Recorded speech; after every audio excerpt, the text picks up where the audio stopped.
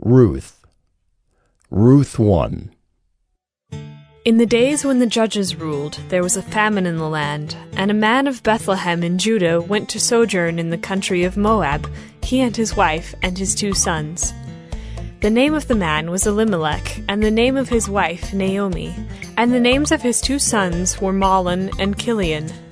They were Ephrathites from Bethlehem in Judah. They went into the country of Moab and remained there.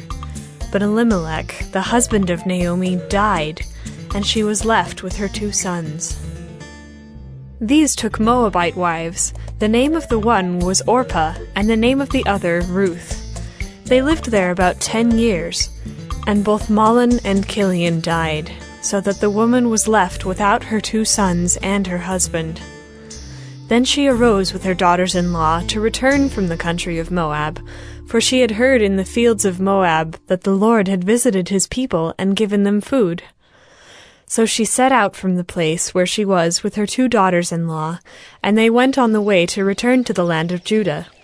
But Naomi said to her 2 daughters-in-law, "Go, return each of you to her mother's house.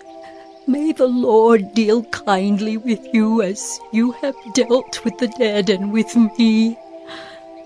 The Lord grant that you may find rest, each of you, in the house of her husband." Then she kissed them, and they lifted up their voices and wept, and they said to her, "No, we will return with you to your people." But Naomi said, "Turn back, my daughters. Why will you go with me? Have I yet sons in my womb that they may become your husbands? Turn back, my daughters. Go your way, for I am too old to have a husband. If I should say I have hope, even if I should have a husband this night and should bear sons, would you therefore wait till they were grown? Would you therefore refrain from marrying? No, my daughters, for it is exceedingly bitter to me for your sake that the hand of the Lord has gone out against me." Then they lifted up their voices and wept again. And Orpah kissed her mother-in-law, but Ruth clung to her. And she said, "See, your sister-in-law has gone back to her people and to her gods. Return after your sister-in-law." But Ruth said, "Do not urge me to leave you, or to return from following you. For where you go, I will go, and where you lodge, I will lodge. Your people shall be my people, and your God my God. Where you die, I will die, and there will I be buried. May the Lord do so to me, and more also, if anything but death parts me from you."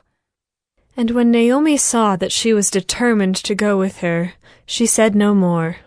So the 2 of them went on until they came to Bethlehem. And when they came to Bethlehem, the whole town was stirred because of them.